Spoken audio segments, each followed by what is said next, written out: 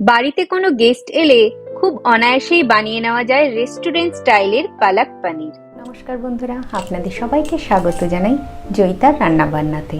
আমার আজকের রেসিপি হলো পালক পনির। চলুন তাহলে শুরু করা যাক আজকের রেসিপি। পালক পনির বানানোর জন্য আমি এখানে 500 গ্রাম ওজনের পনির নিয়েছি। এবার এক একটা পনিরকে আমি এরকম ছোট ছোট করে কেটে দিচ্ছি। এখানে আমি 500 গ্রাম পালং শাক নিয়েছি। একটা কড়াইতে জল গরম করে ধুয়ে নেওয়া পালং শাকটাকে দিয়ে দিলাম। 5-7 মিনিট শাকটাকে গরম জলের মধ্যে নেড়েচেড়ে দিতে হবে। শাকের ডাঁটাটা নরম হয়ে গেলে ফ্লেমটা বন্ধ করতে হবে। একটা পাত্রে জল নিয়ে 10-12টা বরফের টুকরো দিয়ে দিলাম। তারপর বড় ছাঁকনির সাহায্যে সিদ্ধ করে নেওয়া শাকটাকে ঠান্ডা জলের মধ্যে দিয়ে দিলাম। এইভাবে গরম শাকটাকে যদি ঠান্ডা জলে দেওয়া যায় তাহলে শাকটা ব্লেন্ড করার পরেও কালো হবে না।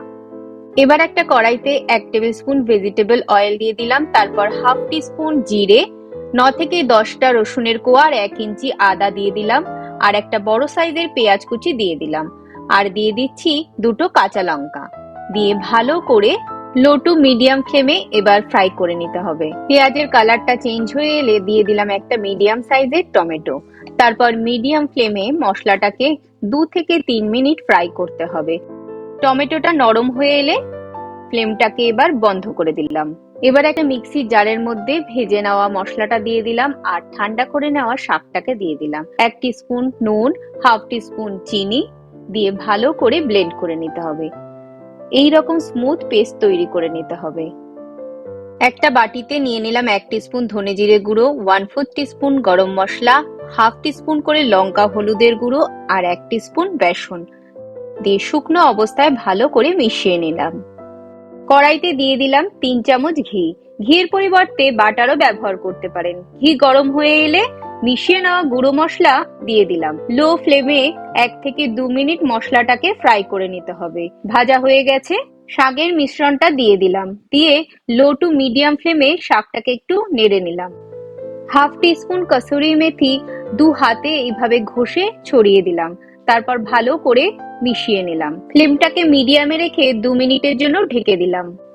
2 মিনিট পর ঢাকাটা সরিয়ে ভালো করে নেড়ে চেড়ে ফ্লেমটাকে মিডিয়ামে রেখে কেটে নেওয়া পনিরগুলোকে দিয়ে দিচ্ছি। অনেকে এক্ষেত্রে পনিরগুলোকে ভেজে দেয়, আমি কিন্তু কাঁচা পনিরই দিচ্ছি। এইভাবে কিন্তু পালক পনিরের টেস্ট অনেক ভালো হয়। তারপর ফ্লেমটাকে মিডিয়ামে রেখে 2 মিনিট ঢেকে দিলাম। 2 মিনিট পর ঢাকাটাকে সরিয়ে আলতো করে একটু নেড়ে দিতে হবে, না হলে পনিরগুলো ভেঙে যেতে পারে। তারপর দিয়ে দিচ্ছি 2 টিস্পুন ফ্রেশ ক্রিম। ভালো করে ছড়িয়ে তারপর একটু নেড়ে ফ্লেমটাকে বন্ধ করে দিলাম। এবার গরম অবস্থায় একটু রেখে দেব। রেডি রেস্টুরেন্ট স্টাইলে পালক পনির, যেটা দেখতে এবং খেতে লাগে দারুণ। আর গরম গরম রুটি বা পরোটার সাথে এই পালক পনির থাকলে সাথে আর কিছুই লাগে না।